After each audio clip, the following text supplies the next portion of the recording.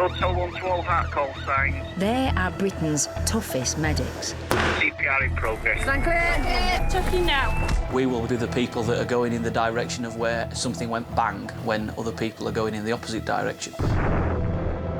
He is armed at the moment with a knife. The UK's hazardous area response teams, HART for short, are trained to tackle the most critical cases in the most dangerous places. I'm going to try and tunnel the way through to you. Everywhere collapsed around me. No worries, mate. Could be someone in water, at height, underground, overcome by gas. Whatever it is, our team are there to access them and treat them in those environments. Created after the 7/7 London bombings, they're in the front line when terrorists strike. We're here for the big day when everybody's nightmares come true. It's been confirmed that it is a nail bomb. Specialists selected, Have you seen how high up it is? It's fallen from around 20 foot. highly trained, She's currently trapped in the car by her legs. There's massive intrusion into his cab. never filmed before. Shotgun injuries to his leg. Go on, you have to blast me. These are some of the world's most elite paramedics. We have got specialist kit, we have got specialist vehicles. People coming in from other agencies and I think it's like a scene out of Thunderbirds. Hold it. OK, we need him on a board in a minute, on a collar. Everyday heroes risking their lives to save others. This is going to be a major incident.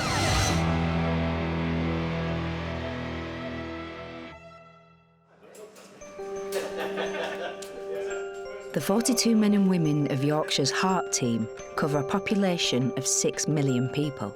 Vehicles are checked and roadworthy. Many work in some of the UK's heaviest industries. And when lives are at stake in work accidents, the rescue medics are expected to put their own on the line. All you can hear is your own breathing, pretty much because you're inside an enclosed bag. And then when you start trying to communicate with your colleagues, all you can hear is mumbled words. And then when you actually get down to do anything, your dexterity's completely to pot.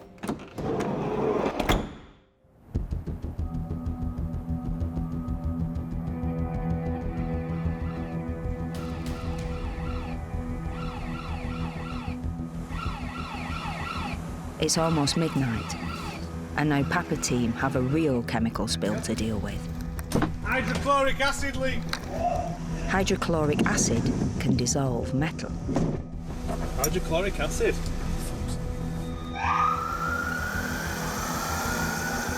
999 road activated.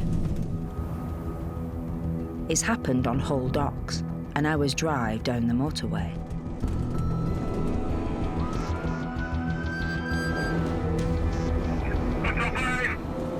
Hotel 1 to Hotel 5. It's a 580-ton tank of hydrochloric acid. 2 tons has leaked. This is a proper full turnout. Yeah, let's go, go, Steve.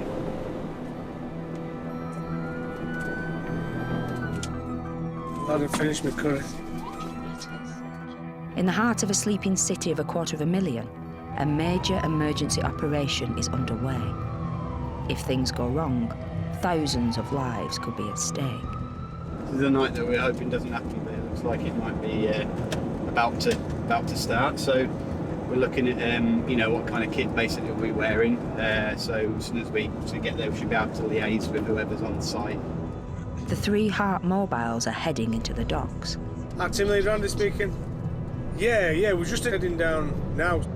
Firefighters are hard at work. Go into that yard. Yeah. On your left-hand side is like one of these tankers. Okay. And that's leaking out. We don't know where else it's going to go. Okay. Papa team leader Andy Croxall is a former engineer, and he knows it's not safe to approach the leaking tank. The prevailing wind is blowing toxic gas across the Humber estuary. You see smoke? Yeah. That's the plume that's coming off. Near areas Grimsby. It's just big. It's a big incident. We've got a massive leak. It's as big as it gets, really. There's 2 lads here from company. Yeah. They want to see what damage has been done to valves. The plan at the minute is to get them 2 in with 2 of theirs to go and have a look at what needs to be done to fix it and stop it leaking. Yeah. All happens, out to decon. Yeah. Get them out to decon. Yeah. Either cut them out or get them cleaned off, and then we'll deal with from that far side.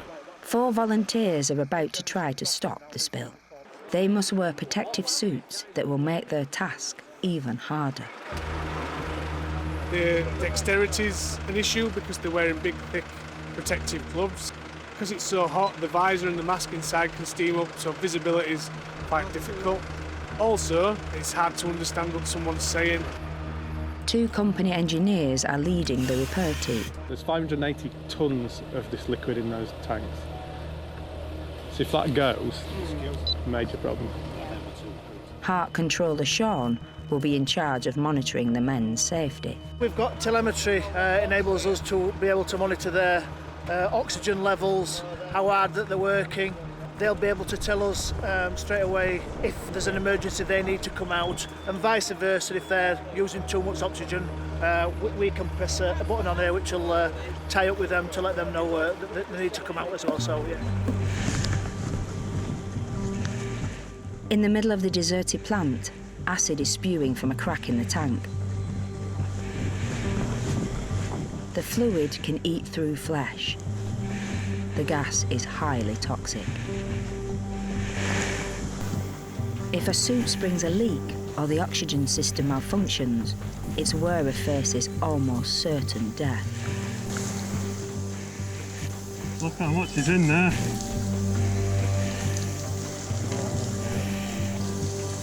Acid is continuing to belch out of the tank into an emergency pond designed to hold spills before it can be siphoned away.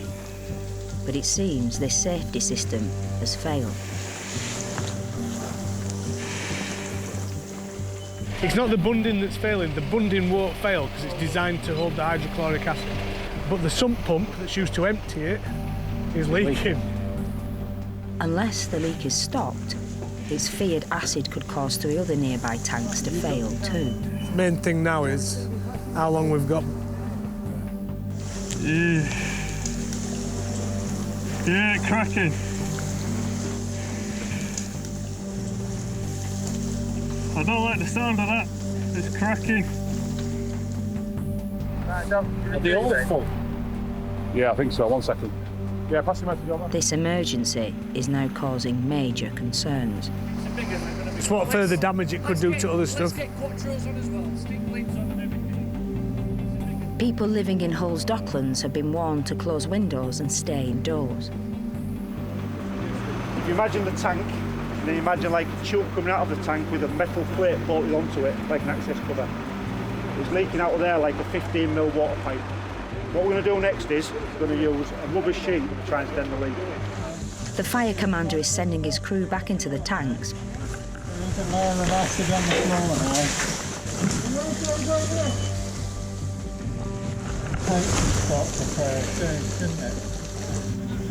If this mission fails, lives could be on the line here and in the slumbering city.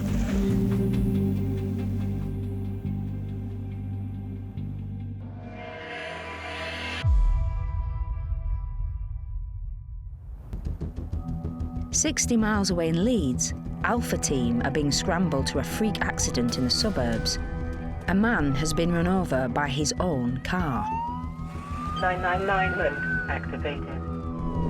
The road is closed. Switch into a new 800 metres. Enter the roundabout. It's a 4-mile drive, and the sat-nav is helping team leader Andy home in on the scene of the accident. It sounds like he's been trying to get in or get out of the car, and the car started to move. It's still trapped under the car, as far as we know. Ambulance control are sending updates. It says under the vehicle, in car, being dragged along. Leg trapped under vehicle with 1 leg in the vehicle. 73-year-old. So. Don't like the sound of that, do you? No, not good. It means all 3 crews are up to speed before they arrive. Turn left onto Green Lane, then take the 3rd right. The accidents happened in a quiet housing estate, now sealed off by police. 10:21 on scene. First, they must free pensioner Jeff Prowdell's leg. He was dragged 20 metres down the road. This gentleman dropped his daughter-in-law off, got back in the car, got one leg in, touched the accelerator, which is automatic, and it's dragged him. So half his body's been in and out. That foot that he's holding was under the wheel arch. Yeah. Thank you. What do we call you, sorry? Jeff. Jeff, hiya Jeff, I'm Mark. Basically what we're going to do now is we're going to get you onto one of our boards. I'm sure our colleagues told you. It's feared he may have suffered serious internal injuries and a broken neck. I'm going to manhandle you out onto this board, all right? Straight away. You don't have to do anything, we're going to do it all for you. All you need to do is try and keep your neck nice and head still. He was visiting his grandchildren when the car rolled forward, dragging him underneath. As he stepped out of the car, I believe he's pressed his accelerator. It's an automatic car, so it's pulled away from him as he's getting out. We're just going to go 6 inches. All right, guys, first one. Ready, steady, slide. A witness ran to help and gave him first aid. I was talking, but obviously we were drifting in and out of consciousness, I would say. And obviously he was going to be scared, you know what I mean? He'd just been dragged down the road a good 20 metres.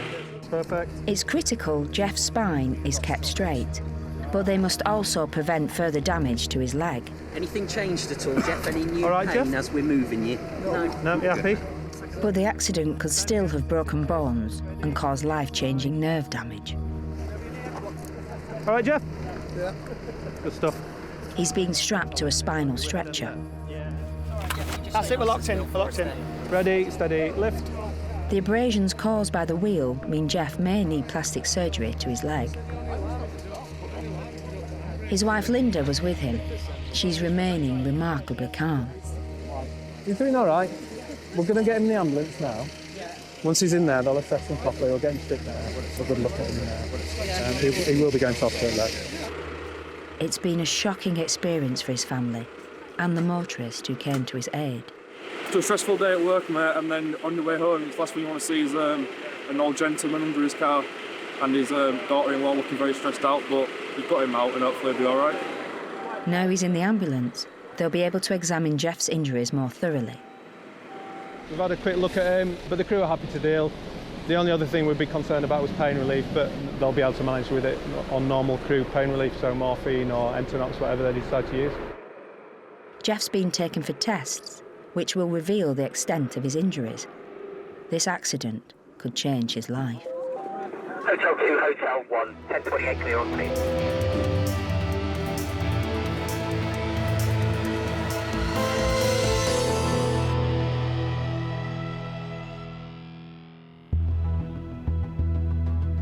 It's the early hours of the morning in Hull, and Papa team are part of a desperate operation to stop a lethal hydrochloric acid leak. Look how much is in there. Inside a chemical storage plant, a team is trying to patch a fractured tank with the support of the HART medics. It's spraying out, but it's coming out of pressure because of how much sort of fluids in that tank pushing it out. We're going to see if they can then get to the pipe and wrap something around it to stop it coming out. This is a difficult, dangerous operation. Well, you have to make this one.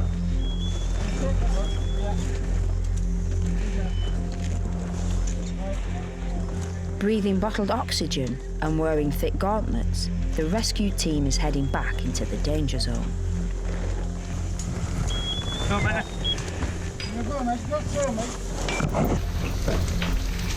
They are being splashed with acid. Can that go round? Sorry? Can you put that round? Yeah. A perforation in their suits could prove fatal within minutes.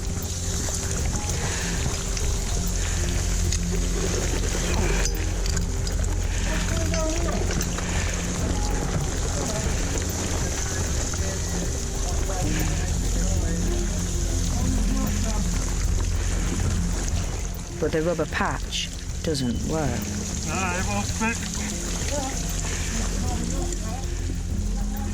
The repair team is in danger of running out of air as the acid continues to pour.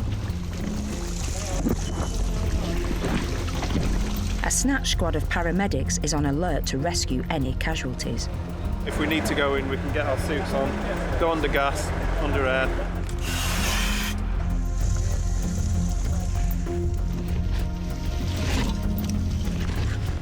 Casualties will be rushed to a mobile decontamination unit manned by HART medics. If help goes wrong over there, they're going to have to come back and go through that before anybody gets hands on to the emergency. It's come off, yeah. The safety of a city could depend on this patchworking.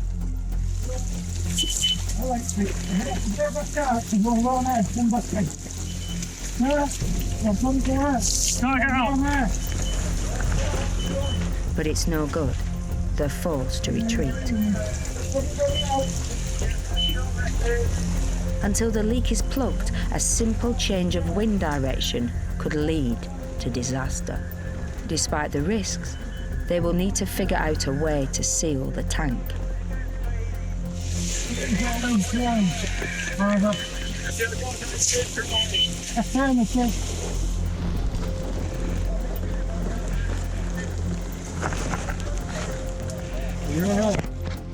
Yeah. Are you sure? Yeah.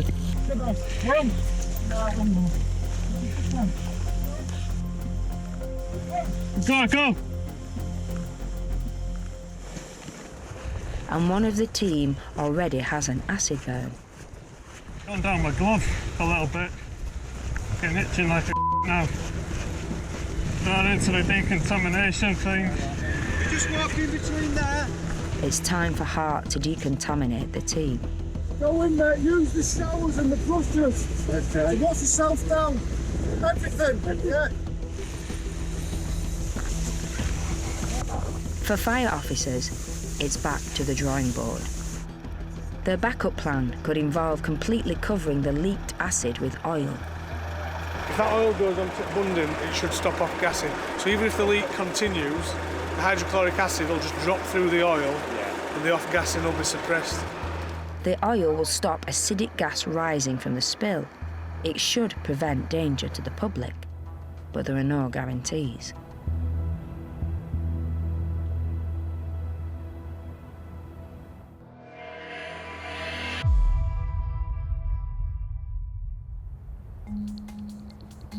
The HART team's medics are on call throughout the night, but as Yorkshire sleeps, some in the community are reaching breaking point.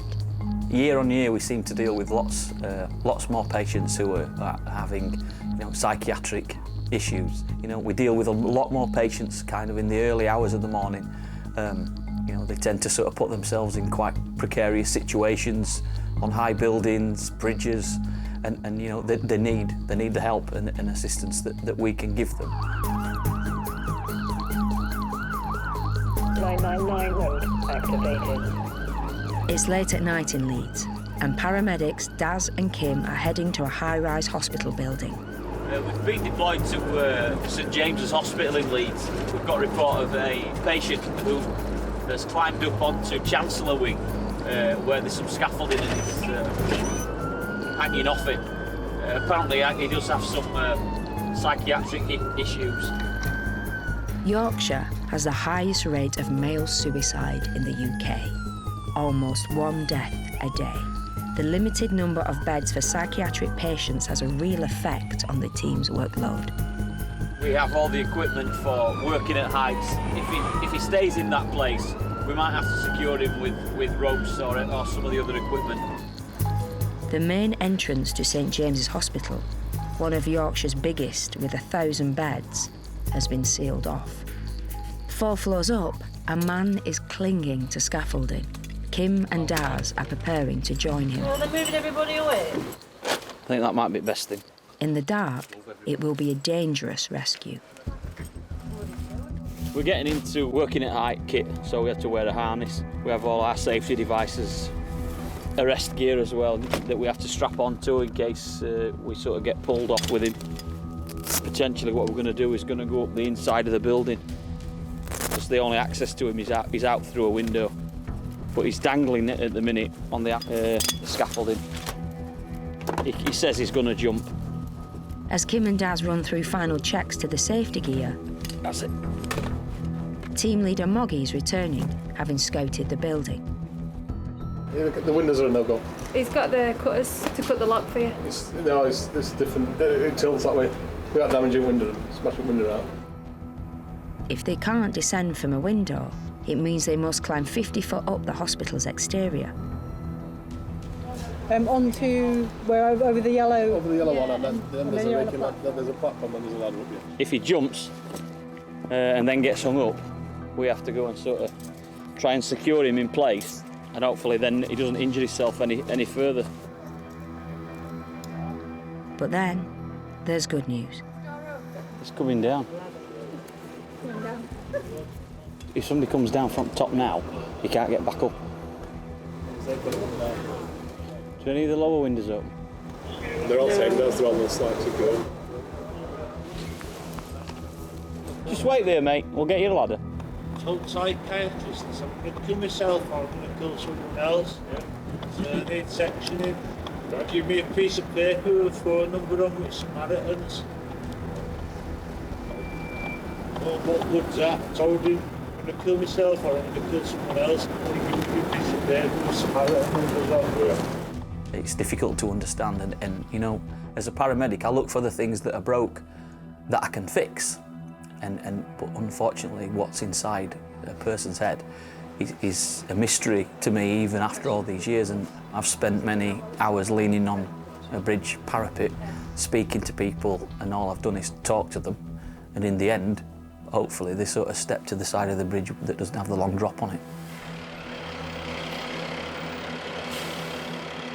It's decided the fire service should escort the man to safety. The hospital entrance has been sealed off for more than an hour. After the man is seen by police, he will be referred to a psychiatric nurse. The team can stand down. We have to be prepared for what they might do. He's obviously somewhat upset about what's happened to him today. He placed himself in danger a couple of times by crossing onto the wrong side of the scaffold. If he'd have jumped from there and hit the ground, he would have been in a lot of trouble. Daz and the team know this is unlikely to be the last cry of help they receive, or an unwanted call to recover another victim of suicide.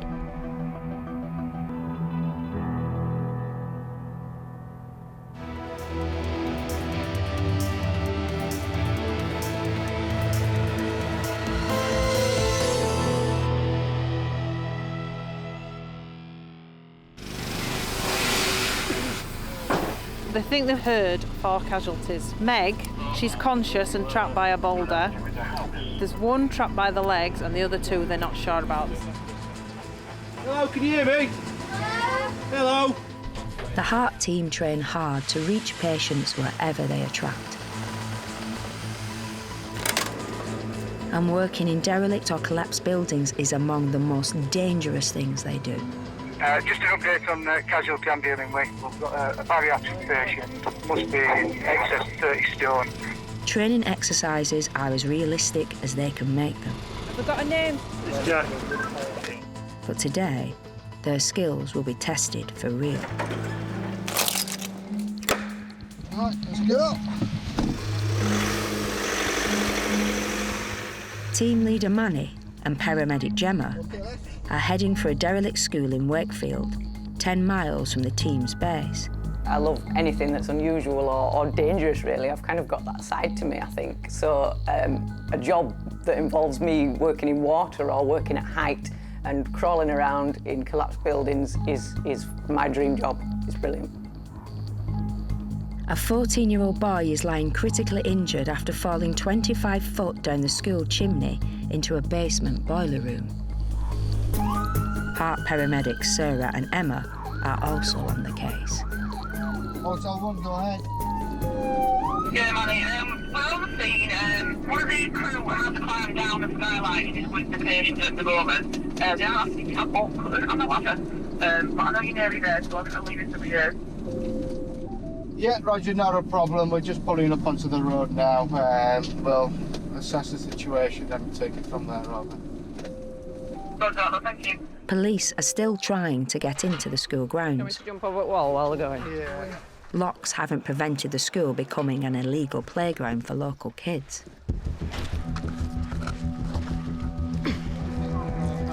Whereabouts is it, just so we can go? You show me then. Can you show me where? Come on then. Local residents have been trying to reach the boy. Window here. One more. Go on, get a kick. And again. Mate, hold on, mate. Hold on. Mate. That's just squeezed through. Go on, can you get him, mate? Right, whereabouts are we? Friends who dialed 999 could only hear his screams. Hey, mate, you all right? Do you need out in there?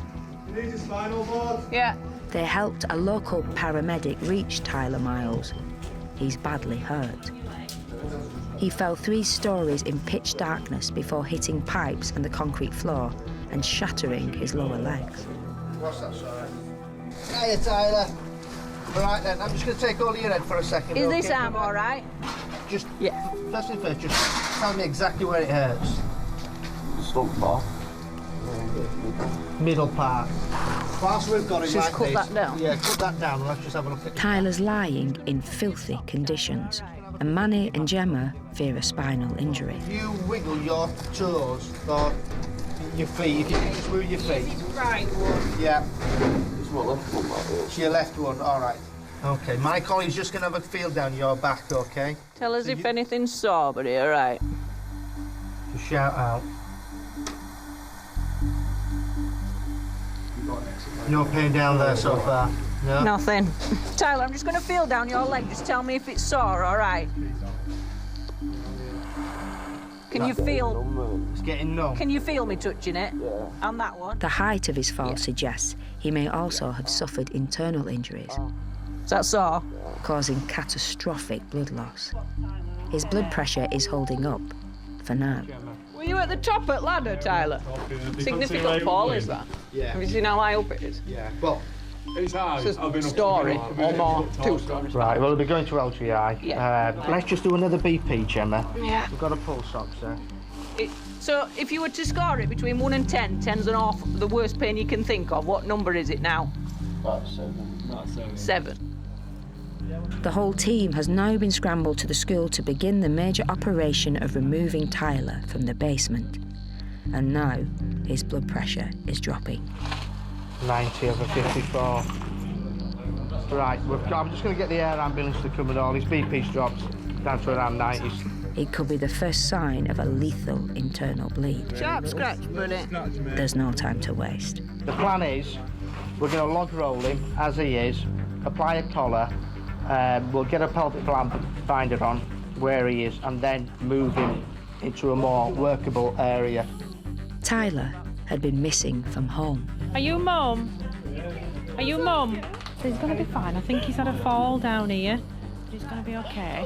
What we're going to do, listen, what we're going to do is we're going to get the air ambulance just as a precaution, okay? Because he's had quite a big fall. All right? Don't let him see you upset, because obviously he's going to be upset. Right, okay. HART are working out how best to get him out of the building. I'm going to pass that down our side, all right? Well, we're going to pop him, we'll move him out. So we'll get him there. We'll have a 360 round here, won't we, to be able to just work around him. We try and do a lot of sort of practice on station with our training house in these sort of environments anyway. So it is good to be called upon to be involved in these types of incidents.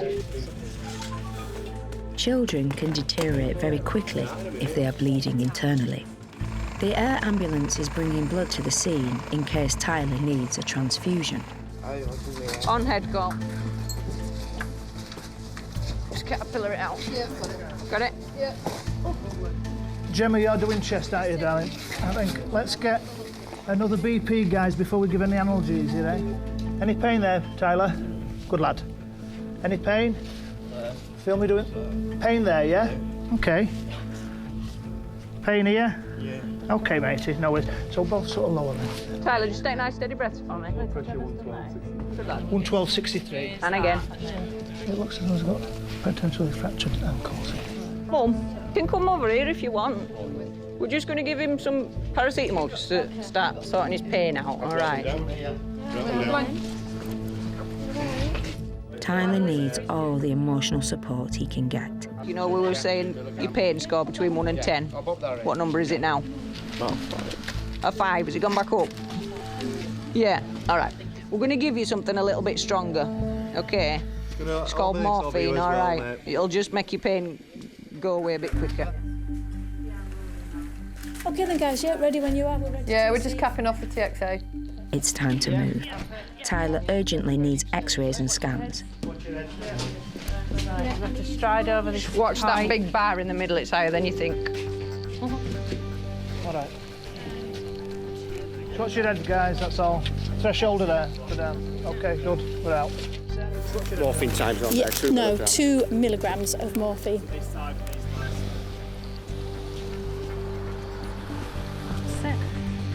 We're on. Tyler's injuries are potentially life-threatening. He'll soon be in the hands of the hospital trauma team. HART's job is done. You're with that person on the worst day of their life, and you're only spending quite a short amount of time with them, but I always kind of see it as quite an important time because it's the immediate moments after their accident, and probably they're scared to death. They don't know what's going on, and if we can just kind of help them along the way and explain what we're doing, we do build up quite a rapport, and it's quite difficult to then see them go off. Unless we chase it up, which we often do, we have no idea what's happened to them, so it's quite a strange way of working.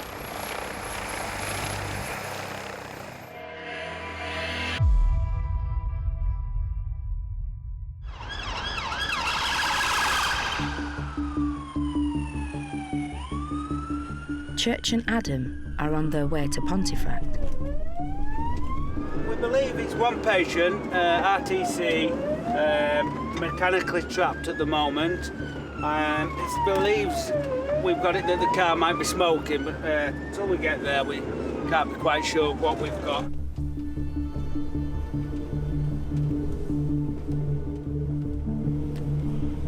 Firefighters arrived to find the smoke was dust from the vehicle's airbags.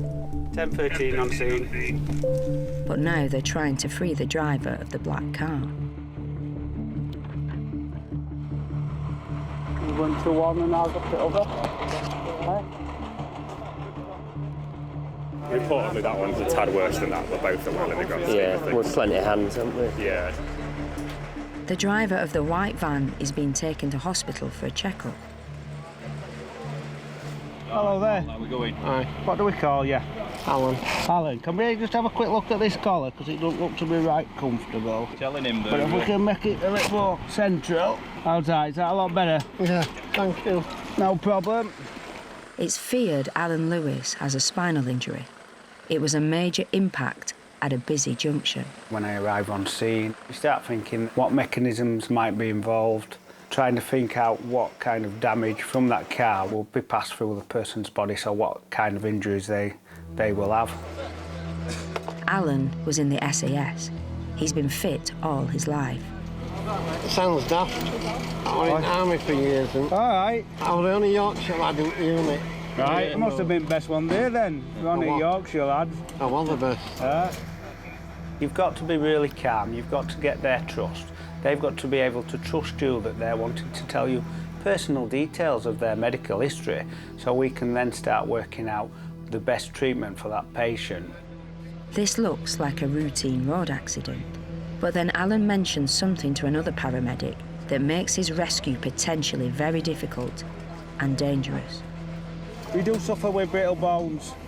Is that right? It's osteoporosis then. Yeah, so we might get quite a bit of pain when we get him out. Osteoporosis can cause bones to crumble. You want to start shoveling your legs out for us? Try and turn all together. I'm trying it. Yeah. It's dirty. If it hurts, no. Where's it hurting? Oh, my back. Bottom of your back. Too painful to get. Yeah, buddy.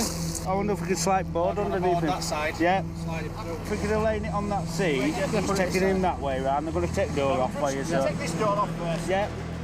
Removing the car roof will take time. They'll extract him through the door. Adam is monitoring the patient's blood pressure. Moving him will be painful and risky. We're just giving this chap a medical check over while we're waiting for the fire service to take the door off, which will take a couple of minutes. That's going to get tight on your arm, all right. So I'll get top at C-spine here. Yeah. We'll slide his legs if you want to support. Support his legs over that. Shoulder, man. What's his right? Alan.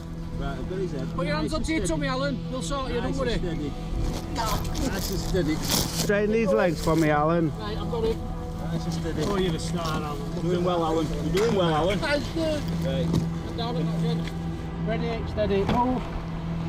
Right, sure. There you go, Alan. What's last are you moving? Alan is now on a rigid spinal board to protect his back from further injury.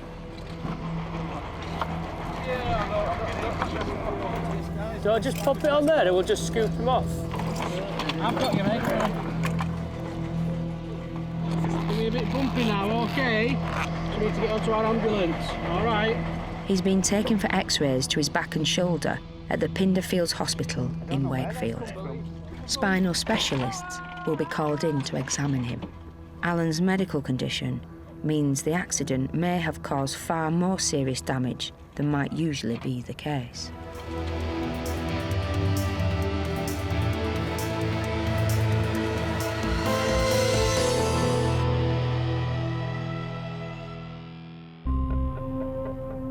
It's mid-morning in Hull, and in the Docklands, emergency services are dealing with the aftermath of an acid spill that almost became a disaster. In the early hours of the morning, engineers and firefighters finally plugged the leak, and a gas cloud drifted out into the Humber estuary. Well, the danger isn't over yet. On the M62, Tim and his HART paramedics are heading out to relieve the overnight team. Then some worrying reports come in. It's Tim, HART team leader. How you doing? There's still a plume, is there? Right. It looks like a change in the wind direction has blown the fumes from the tank back towards the city. Yeah, all call signs, Hotel 1.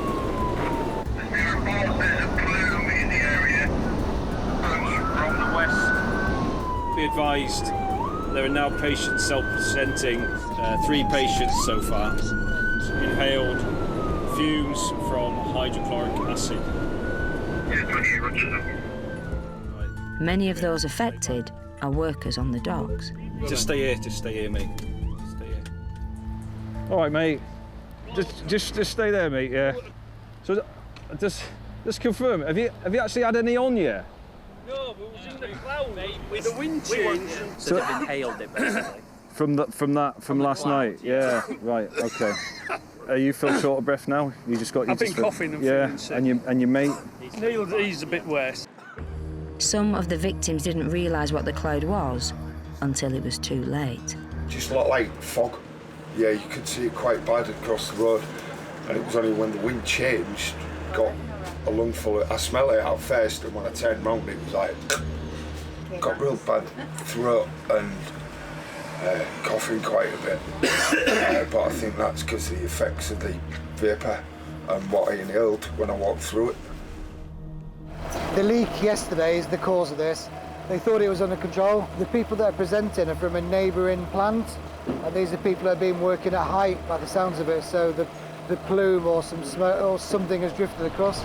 They're all showing signs of breathing diffs, coughing, spluttering, but they have one guy's a little bit distressed. He's coughing like a gun and asking for water. I wouldn't give him any water. I'd give him nil by mouth until he's... Sorted. Yeah. Tim must balance the needs of the victims with the safety of his team. They can't treat patients if they too become casualties. We need to set up a decontamination suite, yeah. Obviously, I know you've been saying, we've just had a request from fire service that we need to send another ambulance with some more casualties presenting out of the hot zone. The situation is ramping up. Sounds like there's more. That's where these original casualties were that are with you now. We've got 3 or 4. It's going to start spiralling otherwise. If it's anything like that. If you ever think it's getting out of control, I always believe, both clinically and decision making, you go back to basics and just remember what you've been training to do, and usually that never fails. The fire commander and his ambulance counterpart are now worried about spiralling casualties. We're receiving a large number of calls now for people from family on the site worried about their loved ones. The fumes could easily kill vulnerable people or those with conditions like asthma. I'm going to go to this shed 21. where there's more presenters and find out what's going on there. Right, okay. Right. We're going to declare a standby. All right. So, based upon just the possible number of casualties. A standby is only one step down from a major incident. GP surgeries in the area, walk-in centres, so they all need warning. The cloud smoke could still be over the patients or over the area. The fire brigade are desperately trying to disperse the cloud before it reaches residential areas. The one thing that they're trying to do is put some curtain sprays up there to bring it back down. An issue with water supplies, which they're now dealing with as well. Obviously we can't put salt water onto it or anything like that, because that creates other issues. I've got a plume prediction here, so this could just come out now, and ultimately it's going right across the village of Heddon and just over the main road here. 5 metres by 10 metres in size. Heddon is home to 7,000 people, and a chemical works with 500 staff is also in the danger zone. We've got another patient who has just arrived in the white BMW. Okay. She's got out and then she's been exposed to it as well. Is it worth closing any roads now to prevent any more patients? I think I want us to err on that side of caution. If it's safe, putting something in place now. I need to give Royal a ring to let them know what's going on. Roads are being closed and the Regional Trauma Centre, Hull Royal Infirmary, is preparing for a flood of patients. But there's another problem. The crews are now complaining they're starting to cough and things like that from the patients. Just breathing fumes from their patients is affecting local medics. Steve's coughing and spluttering, so he's probably going to start having maybe some breathing difficulties. Yeah, it's like you've got like clogging. They are going to start decontaminating victims before they're examined. Even their clothes are a hazard. We've set up what we call a hot zone, which is where they'll go into, we'll wash them down, then step into the warm zone, which is where they can start putting their shoes and clothing on, and then eventually they'll climb over and they'll come into the cold zone where they can be treated properly by the ambulance service. But then there's a rare piece of good news. Okay, right, that's great. Cheers, Ben. Thank you. Bye. Right, just an update on that one. Ben's there as hazmat. He's saying that we've got water suppression up there. He's happy that that's scrubbing it out the air and bringing it back down to ground. And he's comfortable that that is contained on site and it isn't going off. And they're going to start now decanting into 3 tankers. The cloud has been dispersed. All those who are decontaminated are being sent to A&E for examinations. Few have serious effects, but it's been a very close call.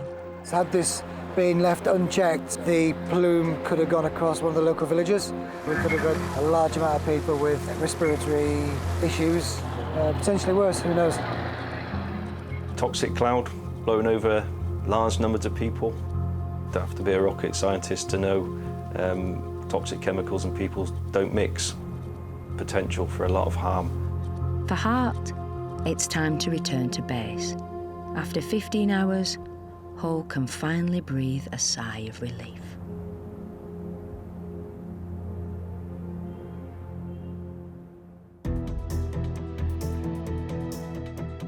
The victims of the leaking acid tank were all released after treatment.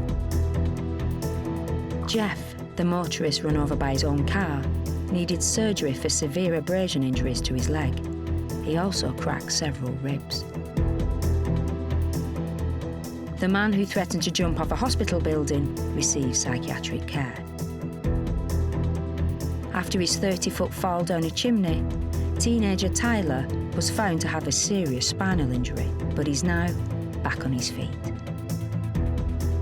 An SAS veteran, Alan, had 3 fractures to vertebrae in his spine and spent 3 months in a back brace. But his stay in hospital did help him finally quit smoking.